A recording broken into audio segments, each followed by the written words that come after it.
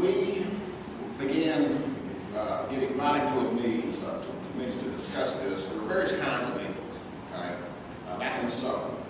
And generally some of at that time there was a governor's task force formed that generally basically heard the information that the Pew was putting forth about the problem, and there weren't really a lot of specifics being discussed about how to correct the problem, but just that the problem existed.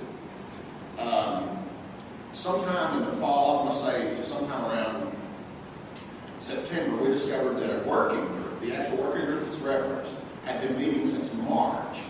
And the members of that working group included the Department of Corrections, the Department of Community Corrections, or Probation and Parole, the Sentencing Commission, the chairs of the House and Senate Judiciary Committees, I believe one or two other representatives,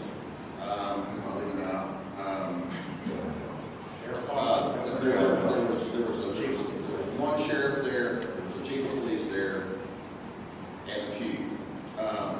When we discovered those meetings were going on, and that actual working group was going to be the body that was going to actually formulate the eventual draft of the legislation, we asked to be invited. And I went to one meeting, I'm trying to remember, when was that, Bob? November. And I got to the first meeting of that meeting in November. By that point, I think a lot of these proposals had already been made and essentially sort of agreed upon. I vocalized our concerns at those meetings. The Pew also came from one of our elective meetings in Fayetteville and discussed all their statistics with us. There were many disagreements that we had over the actual numbers they used to explain our prison population overcrowding problem. They actually agreed that they didn't look at it the same way we did, but they did nothing to change their numbers. And they're still using those same numbers now to justify their corrective measures. Despite our attendance at the working group meeting and our elected meetings where we pointed out problems with their fundamental numbers, nothing was ever changed. My name got put on the report because I sat down in a chair and raised some objections that were never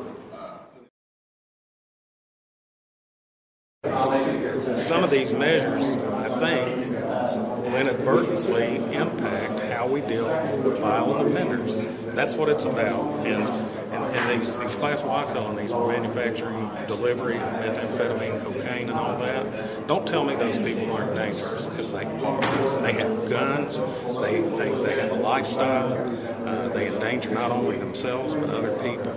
And if we're only sending 100 people, give or take, over each of the last 5 years, then that ought to be a non-issue for decriminalization, for a better term. For lack of a better term, reduced criminalization.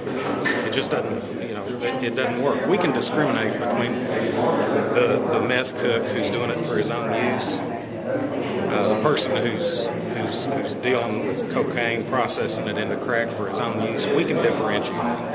The defense bar is good at bringing factors to our attention, and we can come off that Y felony when it's appropriate, and usually do. But it's the folks that are out there doing that are really the problem. And again, it'd be one thing if we were sending 5,000 people a year to the pen for that, but 100 or less, I'm not sure where that's coming from.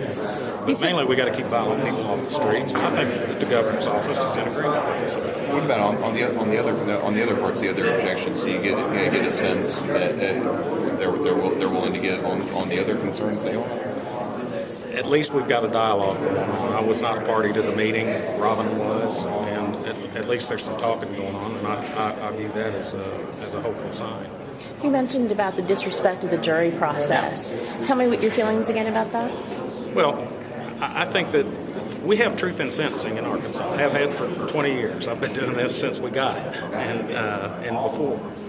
Juries get to consider parole eligibility and good time in determining what a sentence is. They find out if you're parole eligible after 70% or 50% or 1/4 or 1/3, whatever it is, and then you can do the math. I actually get a chalkboard and do the math. And I say, okay, you sentence him to 20 years. He'll have to do 50% before he can ask to be let out. But if he's a good inmate and doesn't have disciplinaries, he can earn good time. 20 years becomes 5 years, becomes 2.5 years. Juries go back and factor that in. And you can bet your boots that they did the math if they come back and say 14 years. There was a reason for that. For a jury to go out and sentence somebody to what they think will be 2 or 4, 10, whatever the number is, and have the Department of Correction let them out after 120 days, what's that going to say to those individuals next time they come back up for jury duty? It didn't matter. My opinion doesn't count. So that's where our problem is with that. Juries are plenty smart, and they reflect the will of the community. And somebody sitting in an office down at Pine Bluff doesn't need to be making a determination and second-guessing what our community wants. That's what that's about. You also mentioned the term reward for leniency. Can you explain? You mentioned the term reward for leniency. Can you explain what that is and what your thoughts are on that? Well, that was that last section that Ken talked about. There are financial incentives, and nobody's told me where the money's coming from, but there are financial incentives that are included in Section 110 of this bill to reward jurisdictions for sending less people to the pen. And I don't know how that's going to work. I haven't seen the mechanism or anything. Number one. Number two, it's like Ken said, it's like paying the highway department not to patch potholes. That doesn't make sense. And number three, the state's short on money last time I checked. And I don't know where the funding